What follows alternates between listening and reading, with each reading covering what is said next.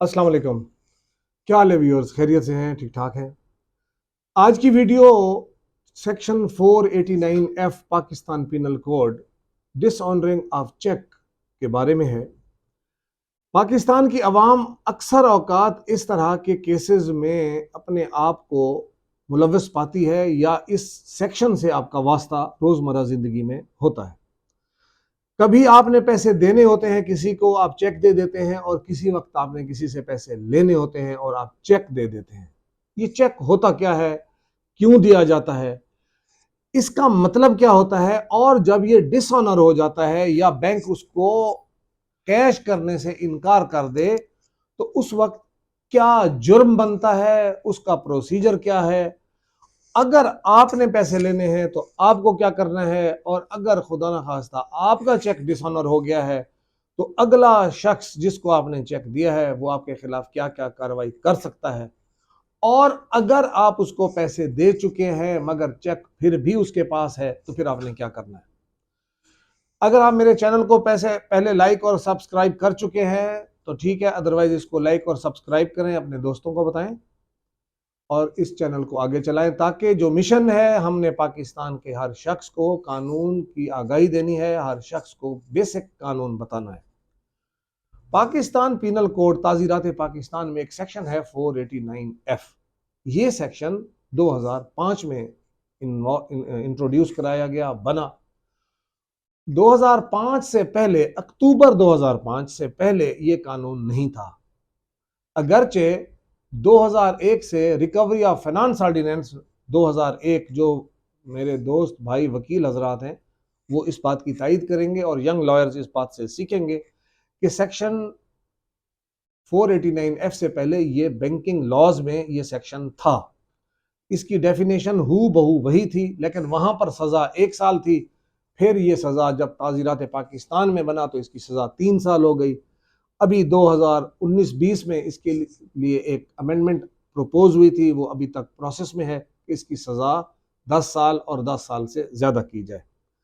जब आपने किसी शख्स के कोई पैसे देने होते हैं, उधार देना होता है, या आप कोई और चीज के बाबत उसको चेक देते हैं, मिसाल के तौर पर आपने कोई गारंटी दी और एक चेक दे दिया, या आपने किसी से उधार का माल लिया और उसको चेक दे दिया, या आपके किसी दोस्त अजीज ने किसी जगह पैसे देने हैं मगर उसके पास अरेंजमेंट नहीं है और आपने चेक दे दिया, या इस तरह की कोई भी ऐसी कैफियत जहां पर आपने अपने अकाउंट का चेक सिग्नेचर करके दे दिया, तो आप उस लायबिलिटी को, उस कर्ज को अदा करने की जिम्मेदारी ले लेते हैं।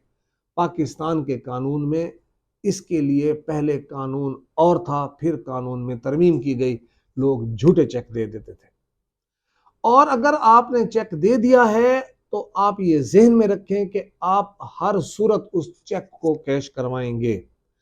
अगर आपने उस चेक की बाबत उसको पेमेंट कर दी है तो उससे बाकायदा रसीद लें या बैंक ट्रांजैक्शन का कोई सबूत रखें, मगर उससे चेक वापस जरूर लें।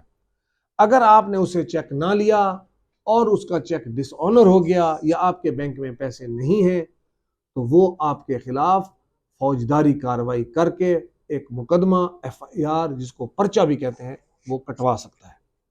उसमें फिर आप अरेस्ट हो जाते हैं क्योंकि ये नॉन बेलेबल ऑफेंस है। वकील हजरात और हम लोग रोज़मर्रा ज़िंदगी में इस तरह के कई वाक़यात और कई केसेस में अपने आप को अदालतों में हम पेश करते हैं, क्लाइंट्स को मुतमईन करते हैं, मगर हकीकत यही है कि जो पेमेंट आपने किसी को देनी है या जो जिम्मेवारी आपने उठाई है वो आपने पूरी करनी है। जो लीगल फोरम है, जो वकील हजरात हैं, यंग लॉयर्स के लिए है कि ये निगोशिएबल इंस्ट्रूमेंट में एक इंस्ट्रूमेंट है। चेक जो है वो एक निगोशिएबल इंस्ट्रूमेंट है जिसको कि आप इन ल्यू ऑफ मनी, के पैसों के बदले उसको देते हैं। ये चेक को एज अ कैश तस्वर किया जाता है और इस चेक को ऑनर करवाना आपकी जिम्मेवारी है। दूसरी इसकी मैं आपको मिसाल देता हूं कि एक शख्स ने आपको कुछ चीज उधार दी या रकम उधार दी, उसने आप पर ट्रस्ट करते हुए आपको टाइम दे दिया और आपने उसको चेक दे दिया। یا آپ نے کسی کی ذمہ اٹھائی. اس کے قانون کی جو ڈیفینیشن ہے اس میں یہی ہے کہ اگر آپ نے کوئی پیمنٹ واپس کرنے کے لیے چیک دیا ہے یا کسی طرح کی ذمہ کے لیے چیک دیا ہے اور وہ ڈس آنر ہو جاتا ہے تو آپ کے خلاف یہ جرم ثابت ہو جائے گا اور یہ آپ جرم کا مرتکب ہونا پائیں گے اور پھر آپ کے خلاف ایف آئی آر ہوگی. اس کی 3 سال سزا ہے. جن لوگوں کے پاس اس طرح کے چیک ہیں اور وہ ڈس آنر ہو چکے ہیں، چاہے وہ چھوٹا چیک ہے چاہے وہ بڑا چیک ہے، تو اس کا ایک بہترین طریقہ ہے کہ آپ ڈس آنر سلپ لگائیں اور ایک درخواست ایس ایچ او کو دیں فرنٹ ڈیسک پر جا کر، تو وہ آپ کا مقدمہ درج کر دے گا. اگر نہیں کرے گا تو پھر آپ اپنی مرضی کے یا کسی تعلق دار وکیل صاحب سے رابطہ کریں گے. پھر وہ جسٹس آف پیس کے پاس، جو کہ جج ہوتا ہے، اس کے پاس ایک درخواست دائر کرے گا اور وہ پرچے کا آرڈر کرے گا. اس طرح کی کمپلیکیشن میں ایک چیز اکثر میں نے دیکھی ہے کہ لوگ 2 دفعہ یا 3 دفعہ ڈس آنر کرا لیتے ہیں. جی ہم نے 2 سلپیں لگوا لی ہیں، ہم نے 3 لگوا لی ہیں. ایک دفعہ کا ڈس آنر ہونا کافی ہوتا ہے. کوئی 2 سلپیں لگوانے کی ضرورت نہیں ہے، کوئی 3 سلپیں لگانے کی ضرورت نہیں ہے.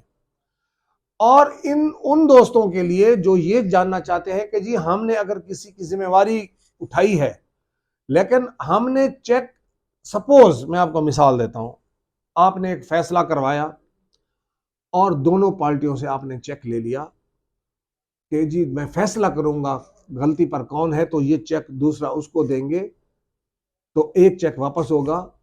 اس صورت میں تمام لوگوں کو ہدایت ہے کہ آپ چیک کے بیک سائڈ پہ وہ مقصد لکھ دیں کہ یہ چیک کس لیے دیا جا رہا ہے.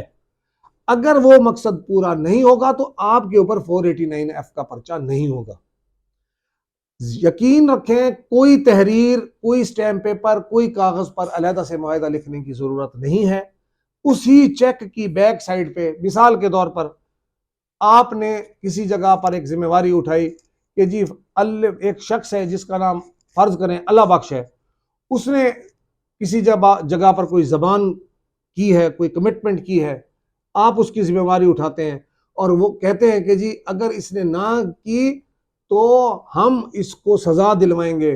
پھر لوگ کہتے ہیں جی آپ سزا نہیں دلوائیں گے، آپ اس کی گارنٹی دیں. پھر آپ چیک دیتے ہیں، پھر آپ اس چیک کے پیچھے لکھیں کہ یہ چیک گارنٹی کے طور پر اللہ بخش کی وجہ سے دیا جا رہا ہے، یا جو بھی ریزن ہے چیک کے پیچھے لکھ دیں. کاغذ گم ہو سکتا ہے، سٹیمپ پیپر کے اوپر ڈاؤٹ ہو سکتا ہے کہ یہ بعد میں بنایا ہے، مگر چیک کے پیچھے لکھی ہوئی تحریر اس چیک کے ساتھ ساتھ اس بینک میں بھی جائے گی، اس عدالت میں بھی جائے گی، اس تھانے پر بھی جائے گی جہاں پر وہ شخص کارروائی کرے گا. تو یہ آج کی ویڈیو سیکشن 489F سے متعلقہ ہے. اس میں نیگوشیبل انسٹرومنٹ ہے، اس میں کانٹریکٹ ایکٹ بھی لگتا ہے، اس میں سیلز آف گڈز ایکٹ بھی لگتا ہے، اس میں بہت سارے قانون لگتے ہیں.